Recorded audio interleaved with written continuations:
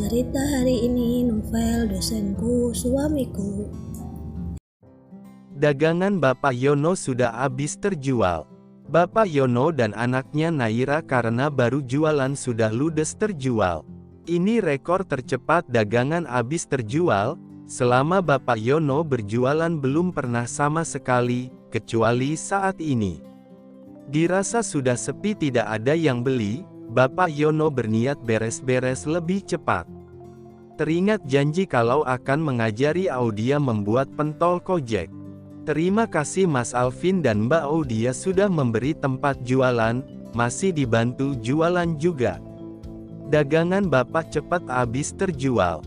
Terima kasih, ucap Bapak Yono terlihat begitu senang. Alhamdulillah, itu rezeki Bapak, ucap Alvin. Permisi Mas Alvin, mau diberesin dulu, ucap Bapak Yono. Kita bantu ya, ucap Audia sambil membantu beres-beres. Begitu juga Alvin ikut membantu. Shirley yang baru saja melangkah keluar setelah makan, tanpa sengaja melihat Alvin dan Audia yang tidak jauh dari situ. Shirley merasa kesal, bergegas menuju di mana Alvin dan Audia lagi beres-beres membantu Bapak Yono. Ternyata anak penjual pentol, dasar orang miskin, pikir Shirley dengan tatapan tidak suka. Sampai di tempat jualan Bapak Yono, Shirley langsung menguapkan kekesalan akan kejadian tempo hari padanya. "Heh kamu, urusan aku mah kamu belum selesai waktu itu," ucap Shirley sambil menunjuk Audia. Bapak Yono dan Naira kaget dibuatnya. Tiba-tiba datang orang tidak dikenalnya bicara seperti itu ke Audia. Bapak Yono mengelus dada. "Banyak siapa? Datang tiba-tiba, langsung ngomong seperti itu. Bicara yang sopan, baik-baik kan bisa," ucap Naira. Shirley menoleh ke Naira sebentar, lalu menatap Audia sambil berbicara. "Ngomong sama orang miskin gak perlu sopan. Gak level. Kamu diem aja, aku mau bikin perhitungan sama dia." Shirley yang tidak terima.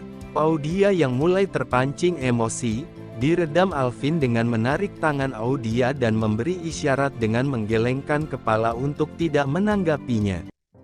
"Banyak sekarang mau apa? Ganti rugi. Sudah minta pacarnya." Salah, tunangan mbaknya ya," ucap Alvin menyindir sambil tersenyum yang membuat Shirley meradang. "Dia bukan tunanganku, cowokku itu orang punya jabatan bagus, cakep. Aku mau minta ganti rugi sama dia.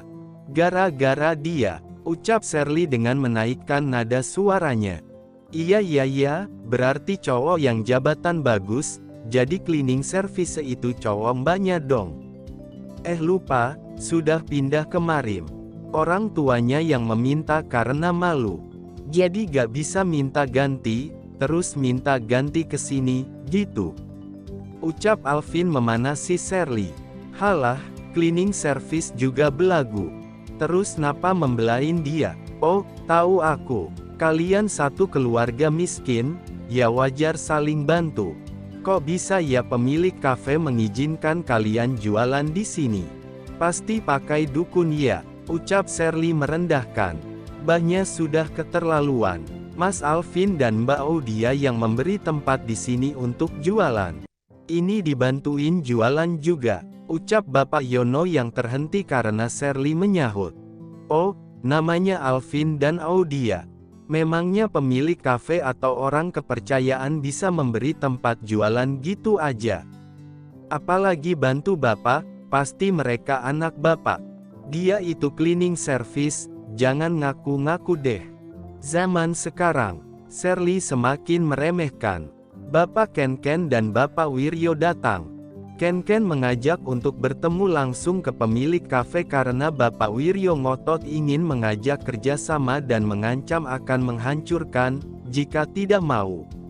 Meski Ken di awal sudah menjelaskan tidak bisa. Kebetulan bosnya alias pemilik kafe sebenarnya ada di sini, Ken berinisiatif mengajaknya bertemu langsung. "Tuan muda, ini ada Bapak Wiryo yang ingin bertemu dengan Tuan muda."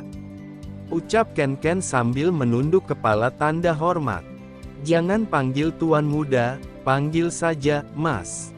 Oh ya, kenapa Bapak Ken tidak mengurusnya? Tanya Alvin. Maaf tidak berani, rasanya tidak sopan Tuan Muda. Bagaimana kalau saya panggil Pak Mandala? Dan ini, Bapak Wiryo ingin bekerja sama dengan kita. Saya bilang tidak bisa tapi beliau ngotot ingin bekerja sama. Saya pikir karena Tuan Muda kebetulan ada di sini, saya mengajaknya langsung menemui Tuan Muda supaya lebih jelas. Jelas Bapak Ken. Shirley sendiri tidak melanjutkan bicara saat tahu bapaknya tiba-tiba datang bersama Bapak Ken. Shirley tahunya Bapak Ken adalah bos pemilik kafe ini, itu pun diberitahu oleh bapaknya. Shirley bersikap hormat pada Bapak Ken.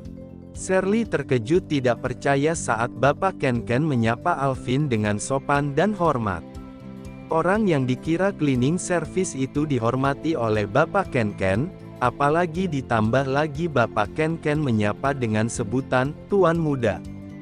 Bapak Wiryo, orang tua Shirley juga tidak menyangka. Mengira Bapak Ken menolaknya karena sudah ada partner, sehingga mengajak bertemu partner bisnis untuk berbicara. Tidak tahunya diajak menemui pemilik yang sebenarnya. Namun, Bapak Wiryo tidak percaya begitu saja. Bapak Ken, saya ingin bekerja sama-sama dengan Anda, bukan sama orang ini.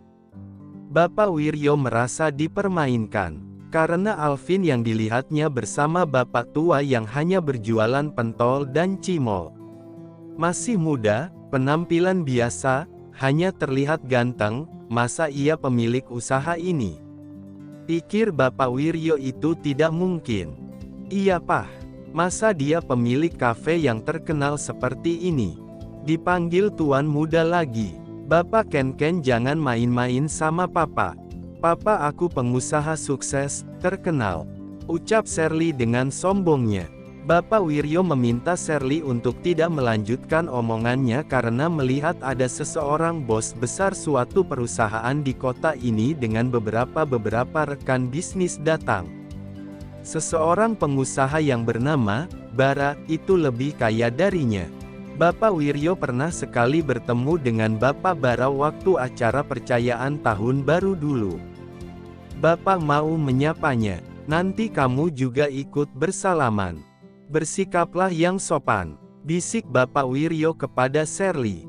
Bapak Wiryo sudah bersiap-siap dengan senyum saat Bapak Bara mulai mendekat.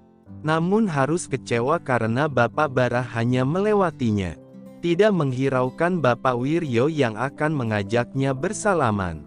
Memang tidak merespon karena fokusnya hanya ke Alvin, bosnya itu.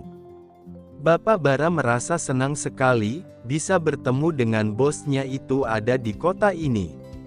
Biasanya hanya bisa lewat telepon atau video call. Selain ingin membahas soal bisnis, ingin bisa ngobrol santai dengan Alvin. Siang, Tuan Muda. Senang rasanya bisa bertemu langsung. Sungguh kehormatan bagi saya. Semoga sehat-sehat selalu, ucap Bapak Bara dengan senang hati sambil berjabat tangan. Selamat siang Bapak Ken. Bapak Bara berganti menyalami Bapak Ken. Selamat siang bos, selamat siang Tuan Muda, ucap para kolega dan bawahan. Bapak Bara menoleh, melihat Audia istrinya bosnya itu yang baru membantu Bapak Yono. Langsung segera menghampiri. Mbak Audia iya, maaf telat menyapa, terlalu fokus ke Tuan Muda. Semakin cantik saja, ucap Bapak Bara sambil menyalaminya. Iya, jawab Audia singkat sambil tersenyum, merasa malu karena dipuji cantik. Bapak Wiryo yang menyepelekan Alvin, tidak percaya dengan yang disampaikan Bapak Ken menjadi syok. Pemikiran berubah 180 derajat saat Bapak Bara yang diketahuinya bos besar, ternyata masih bawahan Alvin. Ditambah lagi para kolega dan staf Bapak Bara menyapa bos, Tuan Muda. Sikap arogan dan kesombongan hilang sudah menjadi minder dan ketakutan. Shirley sendiri, Ketakutan lebih parah daripada bapaknya, terlihat raut wajahnya menjadi pucat. Jika dibawa ke ranah hukum bagaimana? Mengingat lusa dan hari ini telah menghina Alvin dan Audia seenaknya tanpa berpikir panjang. Sampai di sini dulu ya sahabat. Jangan lupa subscribe, supaya tidak ketinggalan kelanjutan ceritanya. Terima kasih.